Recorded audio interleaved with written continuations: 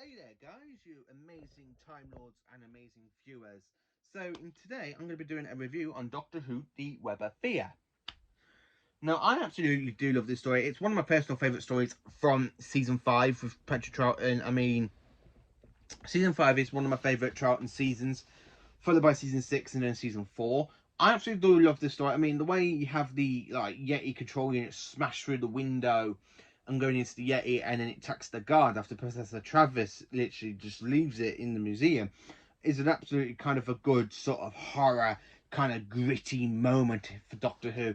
I actually do like it when Doctor Who does a kind of like a horror sort moment. It's absolutely brilliantly well done and absolutely performed.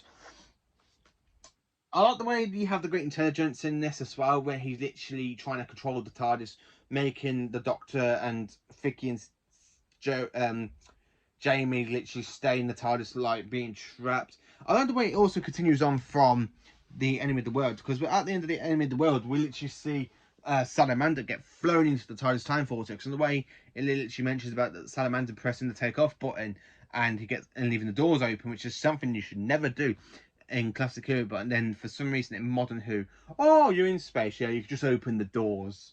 When in Classic Who, you can't really pilot the TARDIS with the doors open because you get flinged into space. Modern Who kind of ruins that, which is one of the reasons why I don't really care for Modern Who that much than I do for classics. I love Classic Who a lot more than I do for the modern stuff. I also have to say this story. I like the way they bring back the Professor Tramis, and the way they actually continue on his story with the Yeti after 30 years. This is set like 30 years later, after the second story of season 5, because this is the fourth story. So for the second, right, I think it's about the fourth or fifth story. Fourth or fifth, fourth or fifth. I can't remember how old it is because the Eponymous Snowman is the second story. So the way they actually continue it on a couple of stories later, a couple of episodes later, you have the return of the Yeti, you have the return of the Great Intelligence, Professor Tramis, and this is set 30 years after being filmed, literally after the event that happened in Tibet with the second Doctor, Jamie, and Victoria, with Professor Tramis. And he's more older now, 30 years older. I have to say, I actually love it because when he's there trying to warn the museum about the globe, the little sphere thing that comes to life, and as soon as he leaves it, it just smashes through straight into the Yeti. I like the setting of this as well, set in the London Underground. I actually do love that as well with the Yeti. And when the Doctor literally hears the Yeti coming, he recognises the sound, so he hides underneath the kind of platform.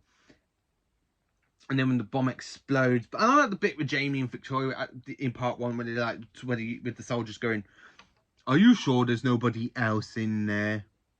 "No, there's nobody else in there." "Good, we can go and blow up there." "But the Doctor's down there." "You said you was on your own." Well, I just love the way they try to lie and then they make things worse by saying the Doctor's down there. There's another great way. I also love it when you come out of the TARDIS, then you got this like kind of person covered in cobwebs, and when they touch him, his body just kind of like falls.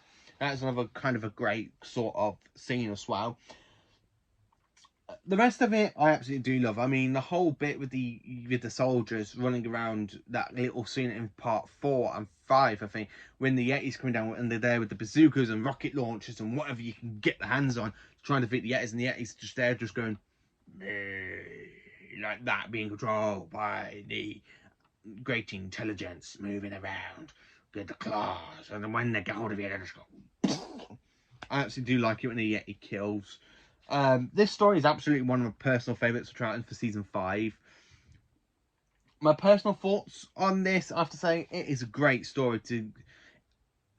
It's a great story to. If you haven't seen anything of the Second Doctor's run, if you haven't seen Troughton's run, I would say try and pick up this version of it for now, because from the 16th of August we do have the special edition coming out on DVD and Blu-ray. I've actually gone and pre-ordered it on the 2 different formats.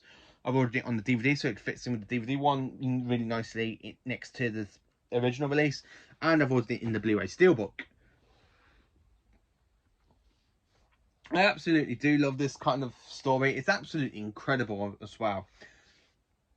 the way the Doctor reunites with Jamie, and then when you have him like in the boardroom, and you understand what's going on because you've got the sound effects for episode 3, but it's being covered up by the pictures. I'm quite looking for seeing the way the animation does episode 3 in the special edition. I have to say, I'm quite really looking forward to having that one, because the one thing I'm going to have a problem with for the animation, why have they animated episode 3 in colour as well as black and white? Because it makes absolutely no sense, because the rest of the episodes are going to be in black and white, and then you just watch episode 3 in colour, and then you most probably go and watch the rest of it all in black and white again. Absolutely makes no sense to me, unless they're going to try and colourize the actual stories that's existing. I'm quite looking forward to seeing how they're going to make the 60 stories stand out in HD, like they do with the 70s and 80s. I mean, for the collection range, we've got 4 seasons for the 70s, and then we've got like 5 seasons for the 80s, with season 18, 19, 23, 26, and 24. And then we've got like seasons 8, 10, 12, and 14 for the 70s. So this will be the very first time we actually see a 60 story for episodes 1, 2, 4, 5, and 6 to become into scale with the rest of the collection range, really into HD. I'm quite looking forward to seeing that as well, to be honest with you, because I do love the way this story is, because I believe this is a great way to bring in a story for the 60s into HD. So I'm quite looking forward to that. I absolutely do love the way the story is actually filmed as well, because this is filmed not just in a studio, it's actually filmed out and about in locations and stuff. I absolutely do love the story. It's when Doctor Who had the big budget to go and do it. I love the Robot Yetis. They're one of my personal favourite villains. I wish the Yetis would come back. I mean, the Great Intelligence would come back in with the Snowman, and then he dies off in the name of the Doctor. But I like to think that with Clara jumping into the Doctor's timeline, rewriting whatever the Great Intelligence is, I would like to think the Great Intelligence is still out there.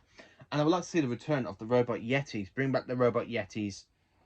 I would actually like to see the Robot Yetis come back, because that is a great way to bring back the Great Intelligence again. I absolutely do love this story. It's incredible.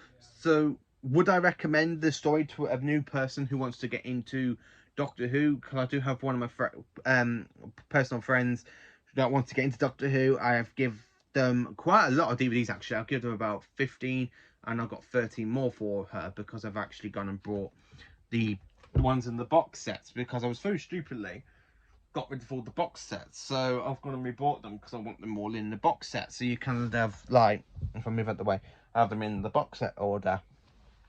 So if I was to recommend this story to them, would I? Yes, I would actually. The Web of Fear is a great way to jump into the Troughton sort of era for the 60s, because there's only 2 stories I would actually recommend to jump into the 60s. It's the first one is the Daleks, which you get in the beginning box set. I would recommend that one for someone to jump into the 60s.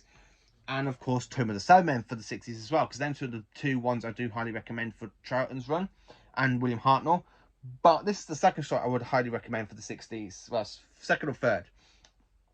Second or third, because I do like the story, and it's a great jumping on point for somebody who wants to know about the Great Intelligence. If you've only just seen like season 7, series 7 for the Great Intelligence, with them coming back with the Great Intelligence played by Richard E. Grant, you really don't know anything about this character. He's actually in this story, so I would actually recommend pick this up just so you get to know the Great Intelligence. He is a great character, and here he's not in any body. In here it's literally just his mind that's out there. He's very visible, but you hear his voice, and it's just another kind of a great story. So yeah, I would highly recommend it. My personal thoughts on this is a great Troughton story. I absolutely do love this story. It's absolutely iconic, it's absolutely amazing and creepy, and everything else you could just want from a Doctor Who story. So this is my review on the Web of Fear. Am I looking forward to having the special edition coming out in next month?